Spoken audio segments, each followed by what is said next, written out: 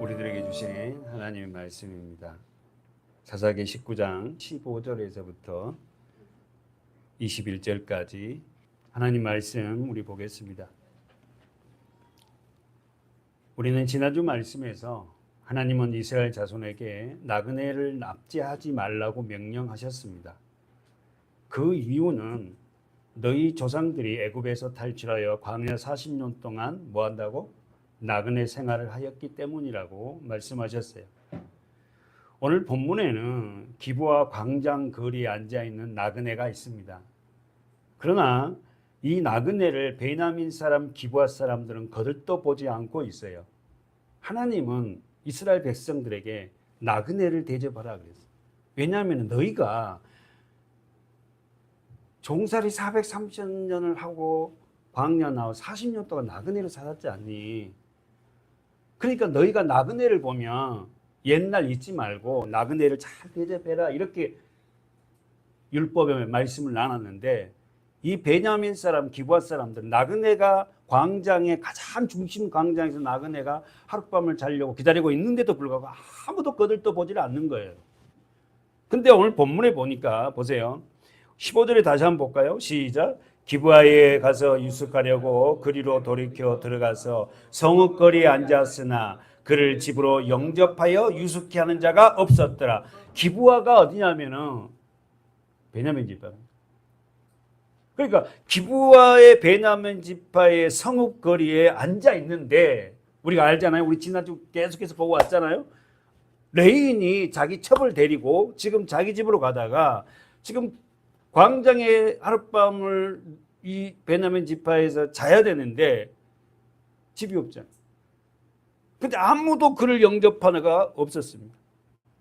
사랑하는 여러분, 베냐민 사람들은 기브아 사람들은 무엇을 놓쳐버린 거예요? 무엇을 잃어버린 거예요? 자신들이 어떻게 구원을 받았으며 구원의 반열에 선 것을 잃어버리고 있어요. 과거를 잃어버렸다는 거예요. 기브아 사람들이 베냐민 지파거든요. 또 그들은 어떻게 합니까? 우리 잘 알듯이 430년 동안 이스라엘 백성들이 종살이 하다가 광야에서 빼나와서 40년 동안 광야 생활했잖아요. 그리고는 어떻게 가나안 땅에 들어갔지 않습니까? 그러니까 이 기브아 사람들은 과거를 잊어버립니다. 여러분, 오늘 저와 여러분이 과거를 잃어버리면 안 돼요. 우리가 어디서 구원을 받았고 우리가 과거에 어떤 존재였고 그런 나를 하나님이 어떻게 하나님의 자녀로 삼아주셨는지를 잃어버리면 안 돼요. 그러나 오늘 본문에 보니까 기브아 사람들, 베냐민 사람들은 그 과거를 잃어버려요. 19장 16절 읽어보세요. 시작. 저물 때에 한 노인이 밭에서 일하다가 돌아오니 그 사람은 본래 에브라임 사람으로서 기브아에 우가는 자요 그곳 사람은 그곳 사람들은 베냐민 사람.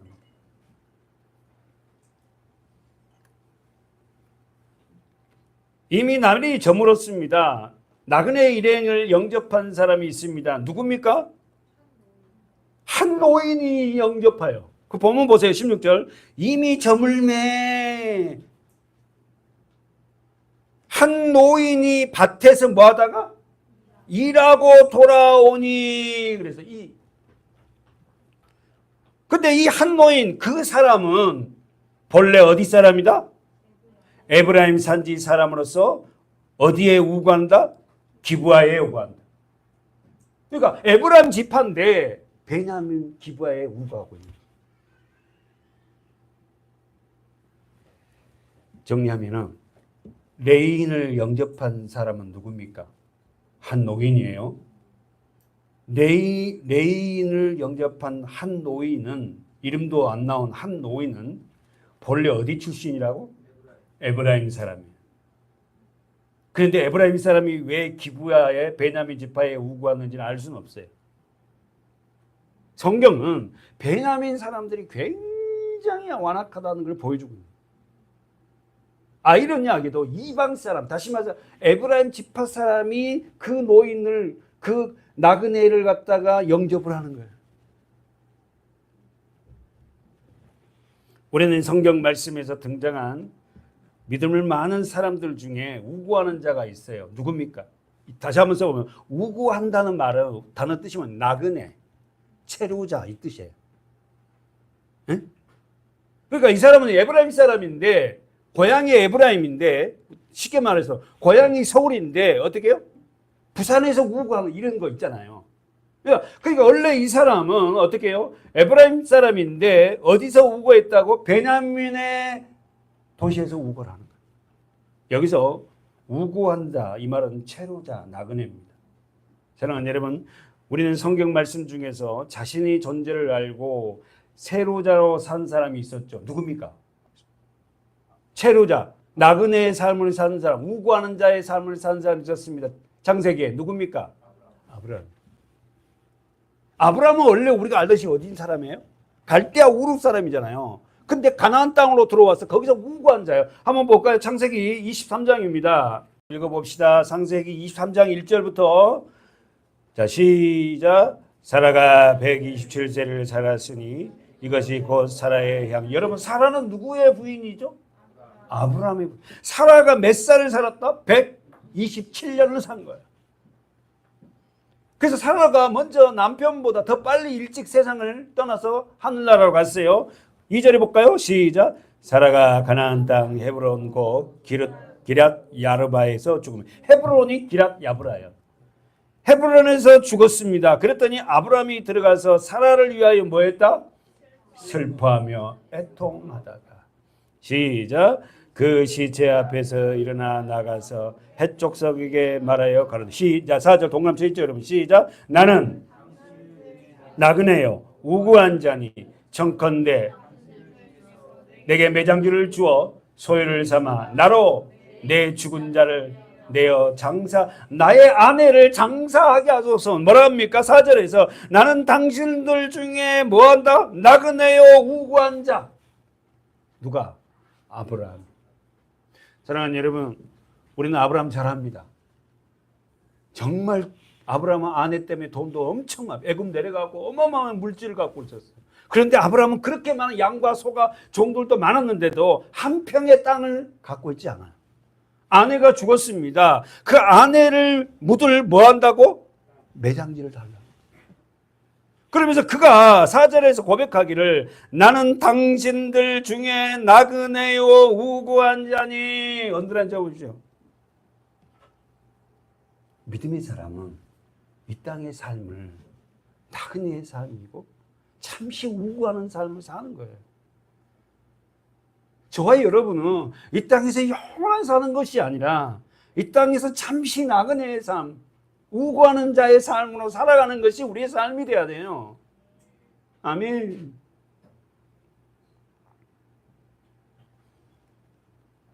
그러면서 그는 자기를 이야기하기를 청컨대 당신 중에서 내게 매장지를 주어 내 소유를 삼아 나로 내 죽은 자를 내어 장사하게 하소서.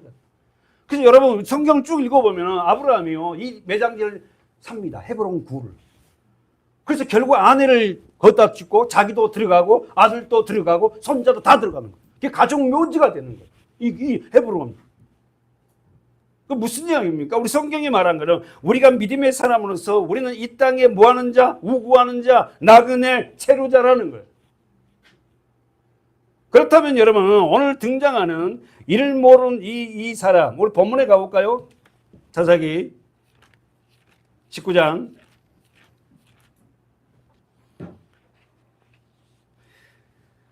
사랑하는 여러분, 레인과 그 일행을 영접한 사람은 누가 영접해요? 이름 모를 한 늙은 노인이에요. 기브아 출신이 아니라 베냐민 출신이 아니라 에브라임 지파 사람이 노인이 레인 일행을 영접합니다. 이 말은 뭐예요? 베냐민 사람들이 얼마나 완악한지 보여주고. 그렇다면은 자 2절에 보십시오. 17절을 보십시오. 19장 레위 사람을 본 노인은 그들에게 무엇을 질문한지 볼까요? 시작. 노인이 눈을 들어 성읍 거리에 행객이 있는 것을, 자 동그라미 행객, 성읍 거리란 말은 성읍 광장, 가장 잘 보이는 곳에 행객, 여행객이 있는 거예요. 여행객이 있는 것을 본지라. 누가? 한 노인이 어디 갔다 오다가 16절에서 밭에서 일하고 돌아오다가 노인이 묻습니다. 뭐라고 합니까? 그대는 어디로 가며 어디서 왔느냐. 가로 묶으세요. 그대는 어디로 가며 어디서 왔느냐. 다시 한번 여러분 자기 성경 보세요. 그대는 어디로 가며 어디서 왔느냐. 사랑하는 여러분, 우리는 이 질문에 대답해야 됩니다. 나는 어디서 왔으며 나는 어디로 가는 것일까? 여러분과 저는 어디서 왔고 어디로 갈 겁니까? 나의 시작은 어디고 나의 끝은 어디입니까? 우리는 정확하게 압니다. 우리는 하나님으로부터 왔고 하나님 앞으로 갈 겁니다. 우리는 이 땅의 여행객이고 우고하는 자가 체로자예요. 이 땅에서 천년 만년 사는 것이 아니라 우리 생명이 끝나면 우리는 어떻게 해요? 하나님 앞으로 가는 거예요. 천국, 그 나라. 이 노인이 그 성읍 행객에 있는 레인에게 물었어요. 그대는 어디로 가며 어디서 왔느냐? 정리해 봅시다. 나의 출발점은 어디인가? 그리고 나의 종착역은 어디입니까? 우리는 정확하게 나의 출발점은 우리 조상도 아니고 어디예요? 하나님이세요. 하나님으로부터 시작해서 하나님께 돌아갑니다. 할렐루야. 여러분, 우리들 부모의 몸을 통해서 우리가 세상에 왔지만 하나님이 우리 부모의 몸을 통해서 나를 이 땅에 보낸 거예요. 그래서 내가 이 세상을 얼만큼 살는지는 앞으로 모르지만 이 세상 삶을 마감하면 우리는 어떻게 해요? 하나님께 돌아갈 겁니다. 우리는 우고한 자고 이 땅의 체로자지 이 땅에서 막 금칠하면서 호의호식하고 사는 자들이 아니에요. 그대는 어디로 가며 어디서 왔느냐. 이 본문을 한번 볼까요? 창세기 3장 19절입니다. 네가 얼굴에 땀을 흘려야 식물을 먹고 필경은 흙으로 돌아가리니 그 속에서 내가 취함을 얻었음이라. 너는 흙이니 흙으로 돌아갈 것이니라 하시나. 언더라인 쳐보세요. 너는 흙이니 흙으로 돌아갈 것이니라. 여러분, 제가 수도 없이 말했어요. 이 흙이라는 단어가 뭐죠? 아파르예요, 원어가. 이 아파르 뜻은 뭐냐면 먼지, 흙, 티끌이에요. 그러면 여기서 여러분 자기 성경 보십시오. 너는 흙이니 흙으로 돌아갈 것이라 이 말을 갖다가 해석하면 너는 티끌에서 왔으니 티끌로 돌아간다. 너는 먼지에서 왔으므로 먼지로 돌아간다. 사랑하는 여러분, 이 세상 사람들의 모든 출발점이 어디냐면 흙입니다. 흙에서 출발하여 흙으로 돌아가는 거예요. 정리하면 너는 흙에서 왔으니 흙으로 돌아갈지라. 너의 시작은 흙이니 흙으로 돌아간다. 우리의 시작은 흙이고 우리의 끝도 흙입니다. 더 나아가서 우리의 인생의 종착역은 어디다? 하나님의 심판이에요. 써보세요. 동물이야 영이 없으니까 죽으면 끝나지만 사람의 영혼은 영원히 살잖아요. 우리의 끝은 어디냐면은 종착역은 어디냐? 하나님의 심판이에요. 여러분 잊지 마십시오. 그렇다면 우리의 마지막 종착역은 반드시 죽으면은 하나님의 심판대 앞에 설 것인데, 그렇다면 우리의 남은 삶을 어떻게 살아야 됩니까? 저와 여러분이 남은 인생을 하나님의 말씀에 근거하여 살아가기를 축원합니다. 아멘. 우리는 부족하지만 그 말씀대로 살아보려고. 고린도후서 5장에 보니까 말씀을 이렇게 말씀을 하고 있습니다. 고린도후서 5장 8절 여러분이 한번 읽어보십시오. 시작.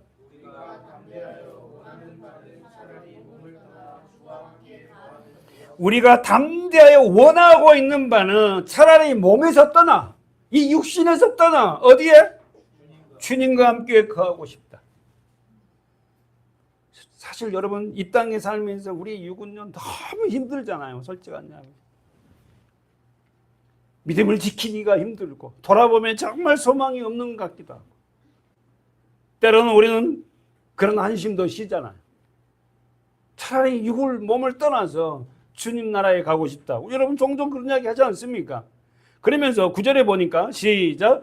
그런즉 우리는 거하든지 떠나든지 주를 기쁘시게 하는 자가 되기를 힘쓰니라. 할렐루야. 그런즉 우리는 거하든지가 뭐든지 살든지 떠나든지 죽든지. 다시 한번 성경 보세요.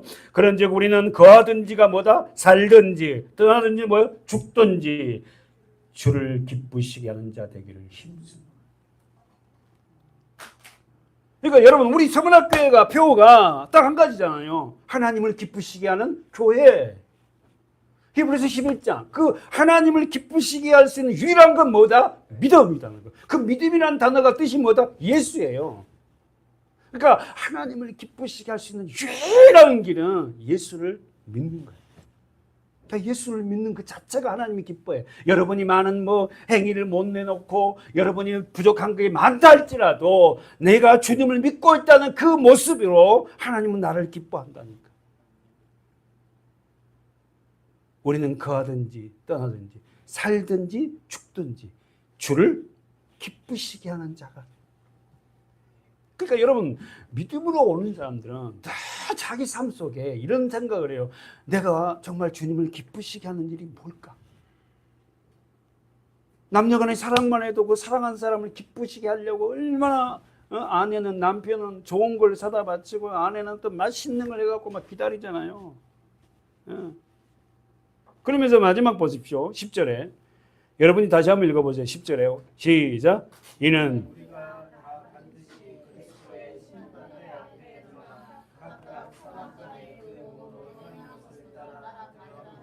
이는 우리가 다 반드시 다시 한번 여러분 성경에 동그라미 쳐보세요. 다 반드시 어디 앞에? 그리스도의 심판대 앞에 드러나. 한 사람도 예외가 없이 모두가 그리스도의 심판대 앞에 드러날 거예요. 그래서 각각 선악간에 그 몸으로 행한 것을 따라 여러분과 제가 알 수 없는 선악간의 일들을 많이 하고 있잖아요. 저는 여러분의 일상을 다 모르고 여러분도 저의 일상을 다 모르지만 하나님은 다 아시잖아요. 우리의 삶의 일상을 다 아시잖아요. 지금 그 말을 하는 거예요. 이는 우리가 10절에 고린도후서 10절에 이는 우리가 다 반드시 그리스도의 심판대 앞에 드러날 것이다. 각각 선악간에 그 몸으로 행한 것을 따라 받으려 함이라. 할렐루야. 이 땅에 살아가면서 여러분의 삶을 정말 믿음으로 주님이 기뻐하는 삶을 살았으면 좋겠어요. 왜? 여러분이 사는 삶의 모든 것이 어떨게요? 하나님이 아세요.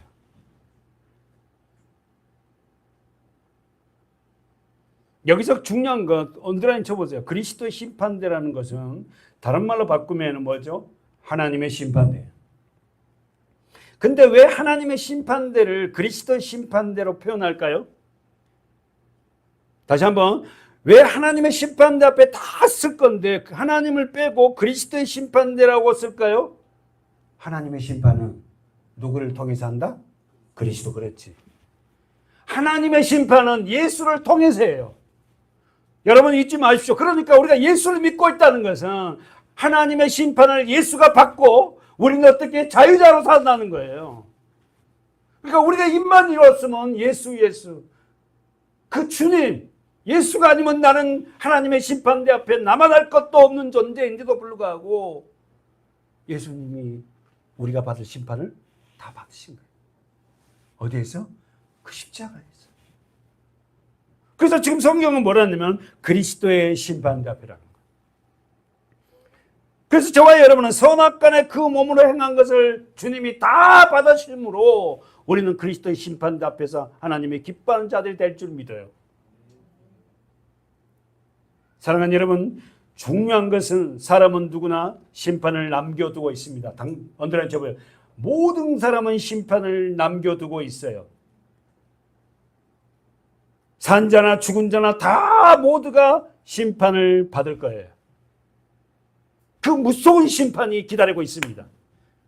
베드로는 이렇게 말합니다. 베드로전서 4장에 가보면 뒤로 가보세요. 4장 5절.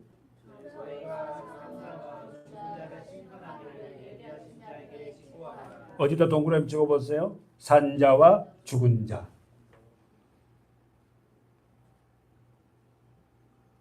여러분 잘 지금 듣고 계셔서 너무 감사한데요. 아담 안에 태어난 모든 자는 어떤 자예요? 죽은 자예요. 그래서 반드시 물과 성령으로 예수를 만나고 산자가 돼야 돼요. 아멘. 우리가 예수를 믿는 건 딱 한 가지입니다. 우리는 옛사람이 죽은 자잖아요. 그러나 예수를 믿고 우리가 산자 돼요. 그러나 산자와 죽은 자 심판하기를 예비하신 자에게 직고란 말은 뭐죠? 자기가 지었던 죄를 입으로 다 말하겠다.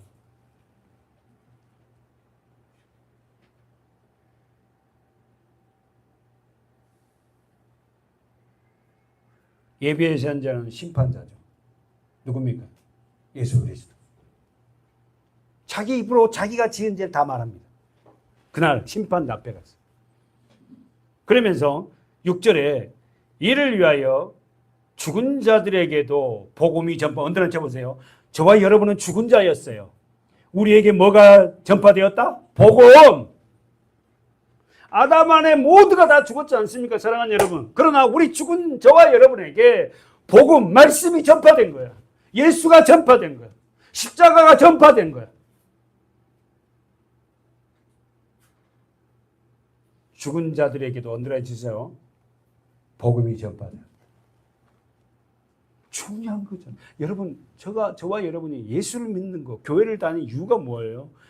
우리는 옛사람이 죽은 자들이에요. 이 복음의 말씀을 듣기 위한 거예요. 이 복음의 말씀을 들음으로 우리가 살잖아요. 말씀이 중심이 돼야 됩니다. 이는 뭐라고 합니까? 육체로는 사람처럼 심판을 받으나 영으로는 하나님처럼 살게 합니다. 우리 육신적으로는 힘든 일이 많지만 우리 영 마음은 어떻게 해요? 기뻐, 자유다. 사랑하는 여러분, 우리가 예수님의 말씀, 그리스도의 말씀으로 살아야 할 이유가 뭡니까? 우리는 다 그리스도의 심판대 앞에서 자기의 선악간의 몸으로 행한 것을 따라 심판을 받게 될 거라고 하였어요. 말씀으로 살아가는 저와 여러분 되시길 축복합니다. 왜냐하면 산자와 죽은 자를 직고하는, 예비하는 그 앞에 모든 것이 다 드러나기 때문이에요. 우리가 이 땅에 세상에 살아가는 이유는 뭐예요? 첫 번째 써보십시오. 하늘 본향을 향하는 나그네의 삶입니다. 우리의 삶이 하늘 본향을 향하여 나그네의 삶이에요. 우리는. 여러분, 우리가 가야 할 곳이 하늘입니다. 하늘나라예요. 하늘나라 본향을 향해 가는 나그네의 삶이 우리의 삶이고, 두 번째는 우리는 이 땅에서 여행자고 순례자입니다. 저와 여러분의 삶은 나그네의 삶이에요. 어디를 향하여 간다고? 본향, 하늘나라 본향. 두 번째는 우리는 순교자, 순례자, 여행자입니다. 그렇다면 여러분 그 잘 알고 있잖아요. 우리는 여행자고 순례자고 나그네 되기 위해서의 가장 중요한 게 뭐죠? 짐이 없어야죠. 마태복음 10장, 11장에 가봅시다. 우리는 나그네라고 순례자에게 가장 우선돼야 될 게 짐입니다. 짐을 가볍게 해야 돼요. 마태복음 11장 가보세요. 자, 허진우 성도님 한번 읽어주실랍니까? 마태복음 11장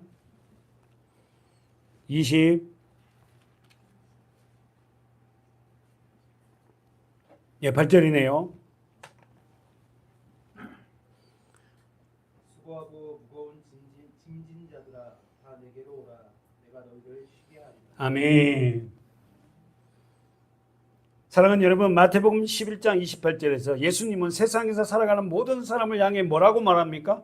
수고하고 무거운 짐진 자들아. 다시 한번, 예수님은 이 세상에 살아가는 모든 사람을 향해서 마태복음 11장 28절에 뭐라고 말씀하세요? 수고하고 무거운 짐진 자들아. 저와 여러분을 뭐라고 하냐면 수고하고 무거운 짐진 자들아, 다 내게로 오라. 그러면 여러분, 여기서 수고하고 무거운 짐은 뭐예요? 죄짐이죠.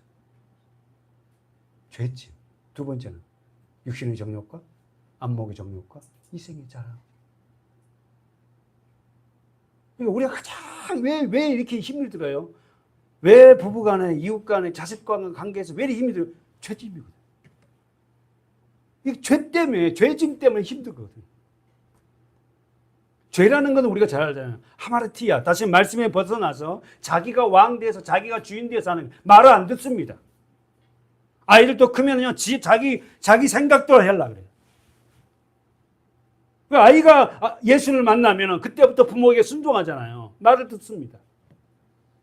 다시 한번 정리하면 세상 사람들을 향하여서 주님은 뭐라고 말씀하냐면 수고하고 무거운 짐진 자들아. 이 수고하고 무거운 짐은 어떤 짐이다? 죄짐이에요. 두 번째는 육신의 정욕과 안목의 정욕과 이생의 자랑으로 살아가는 자예요. 이걸 더 해석하면 뭐죠? 육신의 정욕, 안목 정욕, 이생을 해석하면 뭐죠? 내가 왕 되어 살아가는 자. 그러니까 여러분 수고하고 무거운 짐진 자들아 이 말은 내가 왕 되어서 내 자신이 내 삶에 내가 주인 되어 사는 자들아 다 내게로 오라는 거예요. 예수님 앞에 와야 됩니다. 모든 사람은 아담에 태어난 모든 사람은 자기가 왕이고 자기가 주인 되어서 자기 마음대로 하고 살잖아요.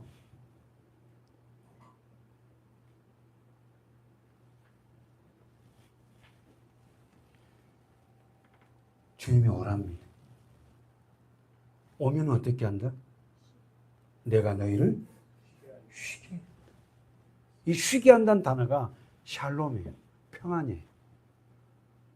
그러니까 여러분 저와 여러분 그런 경험 있잖아요. 일이 복잡한데도 예배를 드리고 어떤 예배도 말씀을 드리면 마음은 아프지만 마음이 어떨 때 평안할 때 있어요. 그냥 문제도 복잡한데 해결도 안 됐는데 그냥 찬양하고 그냥 말씀 듣는 게 그냥 평안해. 그냥 계속 좀 그냥 듣고 싶을 때도 없었을까? 그럴 때가 있었어요.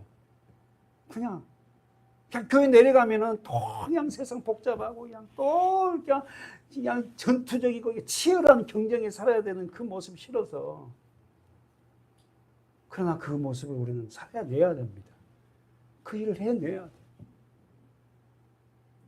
주님께서 오랍니다.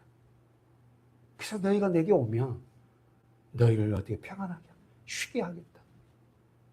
그러면서 그 뒤에 여러분 한번 보세요.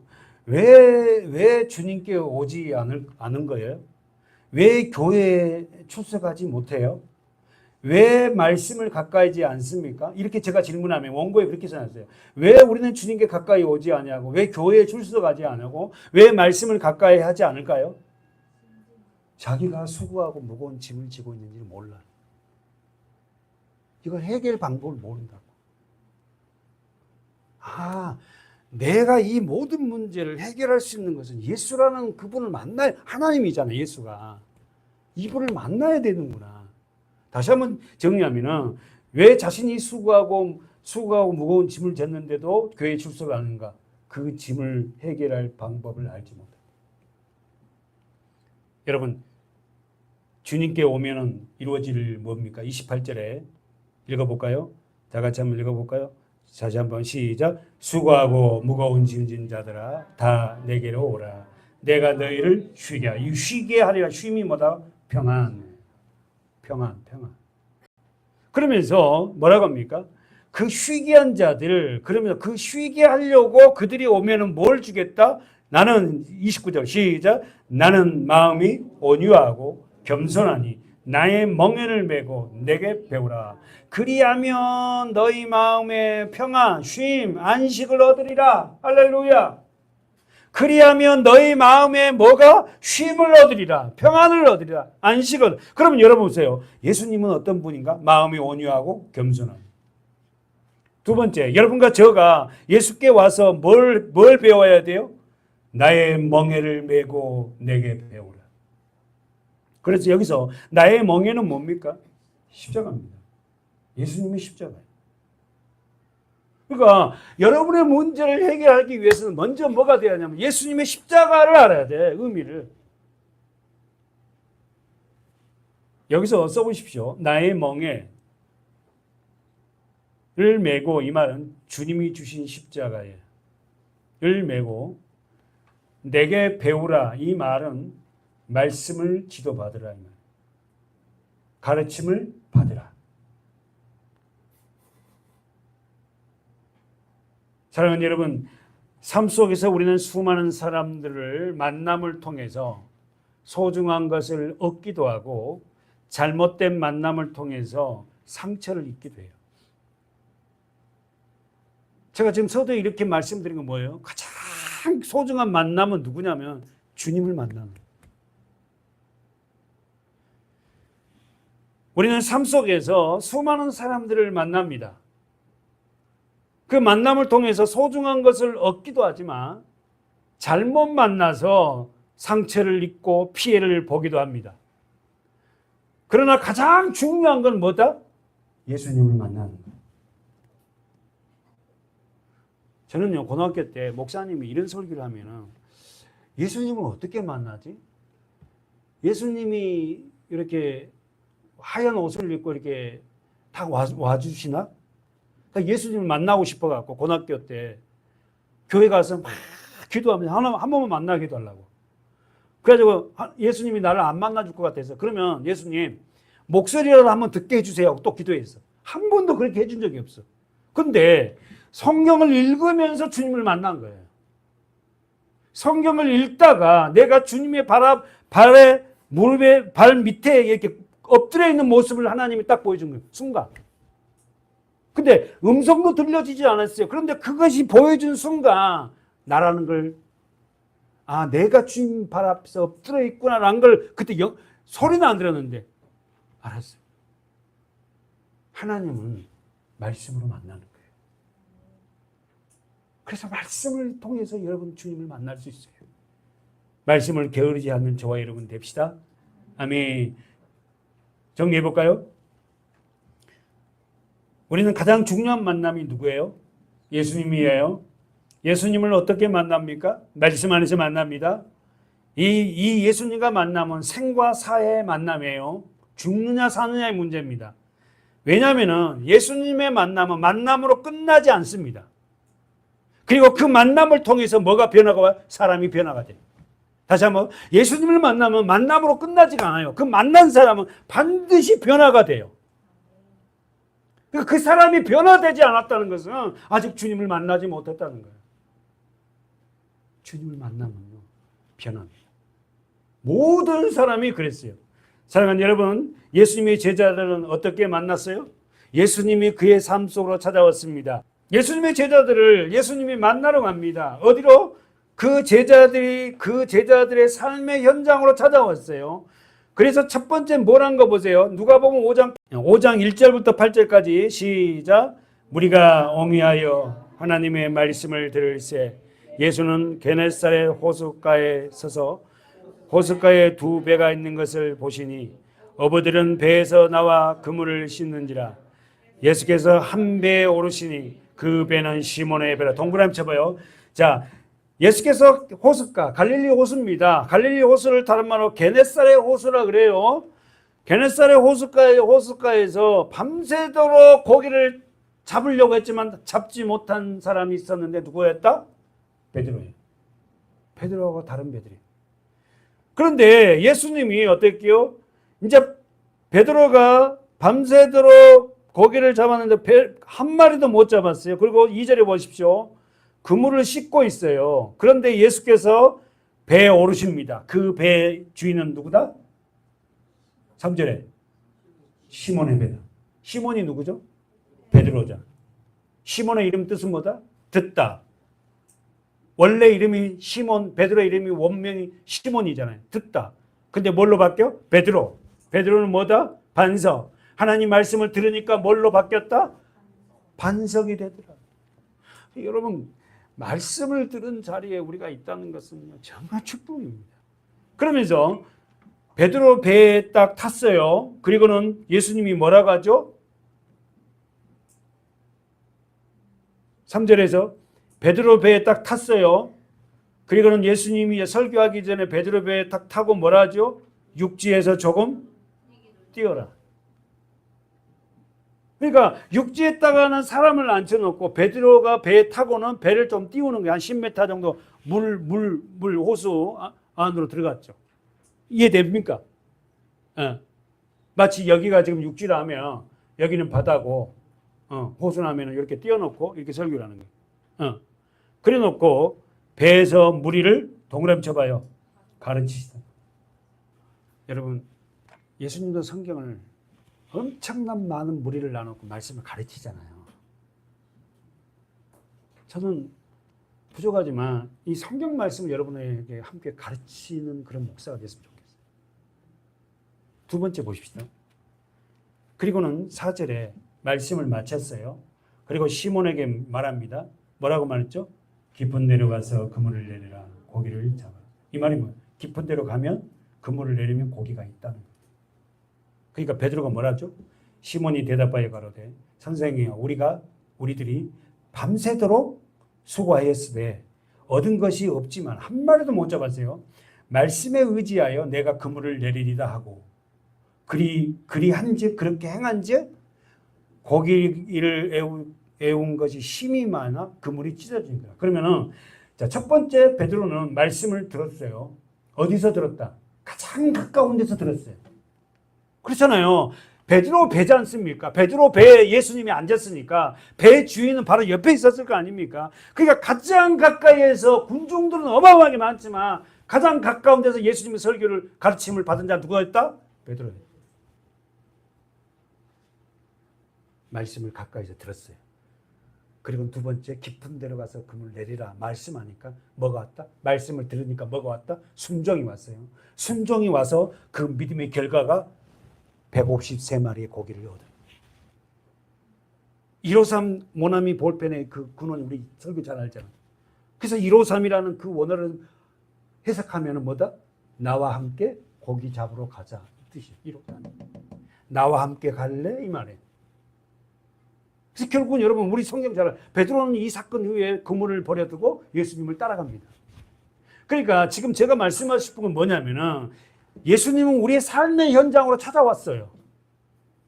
그래서 우리를 어떻게 해요? 말씀을 들려줬고 그 말씀을 들은 저와 여러분은 뭐가 왔다? 순종하게 되었고 그리고는 그 순종으로 믿음의 결과가 뭐다? 주님을 따라가는 자가 되었어요. 시발점은 뭐냐면 말씀을 듣는 겁니다. 그리고는 두 번째 마태를 보십시오. 마태복음 9장 9절을 보세요. 시작. 예수께서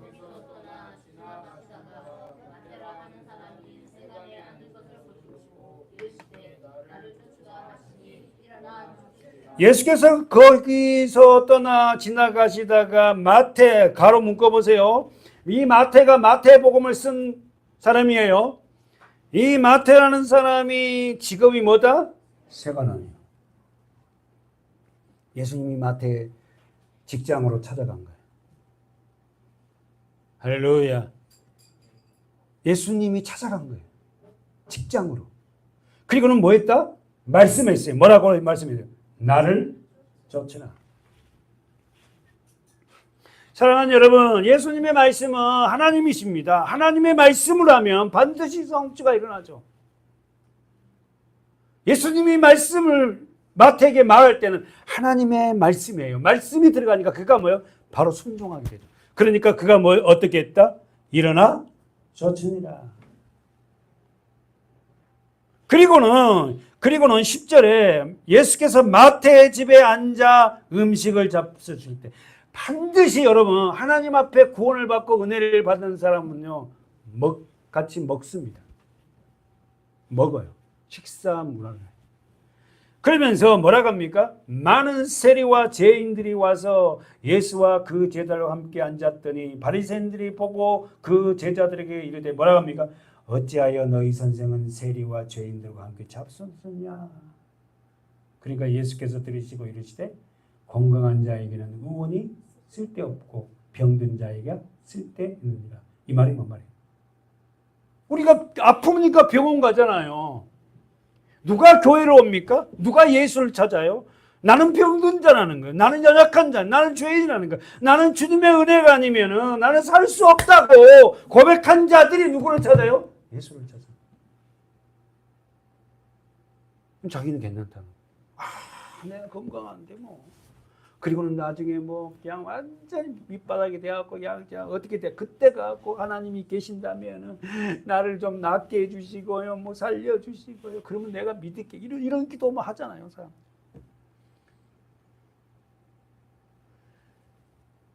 여러분, 아담에 태어난 저와 여러분은 우리는 건강한 자가 아닙니다. 죄인이에요. 하나님이 나를 떠나버리면 아무 쓸데없는 사람이에요. 그래서 우리는 주님을 찾는 거예요. 그래서 우리가 말씀을 놓지 않는 거예요. 나 예수님이 떠나버린 나는 아무것도 아닌 존재입니다. 헛껍데기입니다. 쉽게 말해서 겉먼 모습이 있지 나는 그렇게밖에 살 수 없는 존재입니다 라고 고백하는 사람들이 믿음의 사람들이에요. 신약성경에 3분의 1을 썼던 바울은 주님을 다메섹에서 만났습니다. 그리고는 여러분이 알다시피 그는 평생에 주님을 일을 하고 살아갔습니다. 사랑하는 여러분, 하나님과 동행하는 삶이 축복입니다. 할렐루야. 다시 한번, 하나님과 동행하는 삶을 사는 것이 축복이에요. 여러분, 요셉은 하나님과 동행했지만 굉장한 고난이 있었어요. 힘들었습니다. 나중에 그가 그게 축복인지 알았다고. 여러분, 하나님과 동행하면서 어려운 삶을 살고 있습니까? 그러나 반드시 하나님과 동행한 삶은 가장 축복된 삶으로 가장 축복된 삶을 살고 있는 거예요. 우리가 힘들어도. 왜냐하면 그 결과는 뻔하니까. 하나님 나를 통하여서 하나님이 이루실 것을 우리는 아니까. 본문에 돌아가면서 우리 말씀을 우리 정리하고 마치길 텐데요. 한번 가봅시다. 레인 일행이 베냐민 지파의 기브아의 광장에서 그렇게 하룻밤을 묵어가려고 있는데 밭에서 일하다가 돌아온 노인이 그걸 보고 그들에게 물었어요. 뭐라고? 17절에서 그대는 어디로 가며 어디서 왔느냐. 여러분, 다시 한번 정리하고 여러분과 제가 이걸 반드시 여러분 해결해야 돼요. 나는 어디서 왔고 어디로 가는지를. 나는 하나님으로부터 왔고 하나님 앞에 갈 거예요. 할렐루야. 아멘. 잊지 마십시오. 그랬더니 그 대답을 18절에 대답을 합니다. 자, 레위인이 대답을 해요. 18절 시작. 그가 그에게 이르되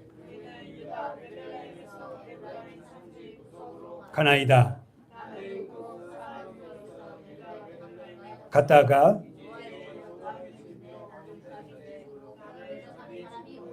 아멘. 그가 이르되 자 가로 묶으세요. 우리는 유다 베들레헴에서 에브라임 산지 구석으로 동그라미 쳐봐요. 가나이다. 목적지가 에브라임 구석으로 가는 거예요. 거기에 뭐가 있어요? 자기 집이 있어요. 우리는 유다 베들레헴에서 에브라임 산지 구석으로 갑니다. 가나이다. 그러면서 그는 뭐라고 하면 나는 어디 사람이다?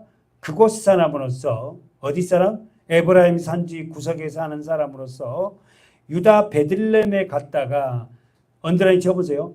이제 여호와의 집으로 가는 중인데 여호와의 집 나를 자기 집으로 영접할 사람이 없나이다. 사랑하는 여러분, 이 레위는 어디에서 어디로 가는 중이라고 합니까? 유다 베들레헴에서 에브라임 산지 구석으로 가는 중입니다. 그랬어요. 여러분, 우리의 목적지는 어딘지 아시죠? 그럴 때 여러분 18절에서 여기서 중요한 말이 여호와의 집 언더라인 쳐보세요. 레위인은 한 노인의 질문에 베들레헴에 갔다가 여호와의 집으로 가는 중이라고 얘기해요. 그럼 해석하고 맞춰봐. 정리해봐. 여호와의 집은 어디다? 자기 집이에요. 자기 집. 여기서 여호와의 집이란 말이 원어가 바이트예요. 성전이 아니고 내가 기거하는 곳, 내 집. 지금 이 레위인은 뭐냐면은 자기가 사는 집이 에브라임이 산지 쫙 구석에 있지만 내 집이 여호와의 집이라는 거예요. 여러분은 어떠세요? 여러분의 가정이 여호와의 집입니까? 아니, 지금 에브라임이 산지 쫙 구석 끝에, 구석이라 했잖아요. 제 끝에 있는 그 집을 지금 뭐라고 표현하냐면 여호와의 집이라는 거예요.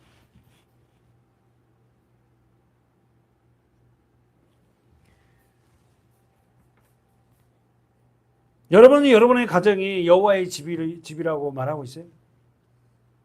나는 우리 집이, 제가 살고 있는 집이 여호와의 집, 여호와의 가정입니다. 그래서 우리 집에 하나님을 섬기는 집입니다. 우리 교인들이 우리가 형편이 어떠하든지 내 가정 하나님이 세운 집이라고, 여호와의 집이라고.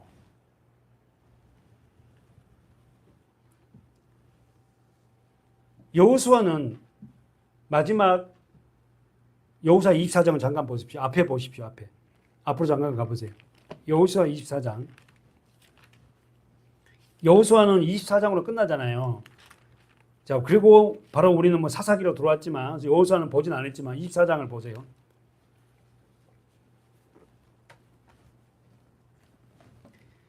여호수아 24장은 여호수아가 죽음으로 끝납니다. 사랑하는 여러분, 여호수아가 어떤 사람인지 아시잖아요. 어떤 사람이에요?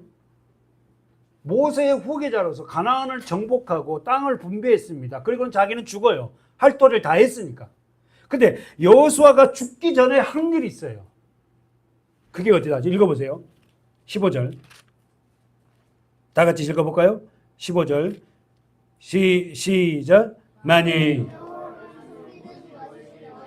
좋지 않게 보이거든 신이든지 아모리 사람이 신이든지 택하라. 아멘. 뭐라고 합니까? 너희 섬길 자를 오늘날 동그라미 여러분성에 택하라. 네가 택해라. 에? 그러나 오직 나와 내 집은 누구를 섬기겠다? 여호수아가 죽기 전에 한 마지막에 설교입니다. 이걸 뭐라 했다고? 고별 설교. 근데 24장 1절을 보십시오. 유상희 집사님 한번 읽어주세요. 24장 1절.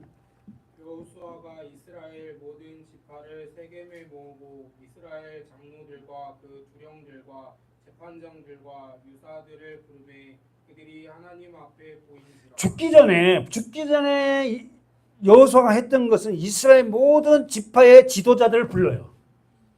무슨 말 알겠죠? 지도자가 중요한 거예요. 지도자를 불러놓고는 설교를 쭉 하는 겁니다. 조문 선생님, 그 다음 읽어보세요. 3절, 2절. 여호수아가 모든 백성에게 이르되 이스라엘 하나님 여호와의 말씀에 옛적에 너희 조상들 곧 아브라함의 아비 나홀의 아비 데라가 강 저편에 거하여 다른 신들이 이게 설교예요, 설교. 여호수아의 마지막 설교. 죽기 전에 뭐라고 하냐면은 뭐라고 해요? 이스라엘 하나님 여호와의 말씀에 옛적에 너희 조상들 곧 아브라함의 아비 데라 아비 나홀의 아비 데라가, 이 말은 누구 얘기하는 거예요? 누구 집안 얘기한 거예요? 아브라함 집안 이야기한 거예요. 아브라함의 아버지, 아브라함의 할아버지는 뭘 섬겼다고? 뭘 섬겼다고? 다른 신, 우상을 섬겼어요. 지금 다시 한번 보세요. 너희 조상 곧 아브라함의 아비 나홀. 나홀은 누구예요? 할아버지, 아브라함의 할아버지. 나홀이 누구냐면 아브라함의 할아버지가 이방을 우상을 섬겼어요. 아버지도 우상을 섬겼어요. 아들도 우상을 섬겼어요. 근데 하나님이 아브라함에게 나타나서 우상을 섬기지 못하게 합니다. 그 이야기 하는 거지. 누가 설교한다고? 여호수아가. 그러면서 3절 읽어보세요. 내가 너희 조상 아브라함을 강 저편에서 이끌어내어 동그라미 강 저편에서 이끌어내요. 가나안으로 인도하여 온 땅을 두루 행하게 하고 그 씨를 번성케 하려고 그에게 이삭을 주었다. 할렐루야. 다 정리하고 마칩니다. 내가 너희 조상 아브라함을 강 저편에서 동그라미 쳐야죠, 여러분. 이끌어내요. 강 저편이 어디요? 갈대아 우르. 아시죠? 갈대아 우르에서 이끌어내서 어디로 집어넣었다? 가나안 땅. 어디입니까? 가나안 땅이. 여러분의 말씀 예수 안으로, 교회 안으로 인도하여 그에게 씨를 주었는데 그 아들 이름이 누구다? 이삭. 이삭 이름의 뜻이 뭐게? 웃음. 그래서 예수를 믿는 저와 여러분이 그렇게 웃어요. 웃음이 많은 거예요. 사랑하는 여러분, 오늘 우리와 저와 여러분은 여호수아 24장 15절 말씀으로 마칩니다. 다시 한번 읽고요. 어떻게 우리의 삶을 살겠습니까? 오직 나와 내 집은 여호와를 섬기겠노라. 다시 한번 시작. 오직 나와 내 집은 여호와를 섬기겠노라. 기도하겠습니다.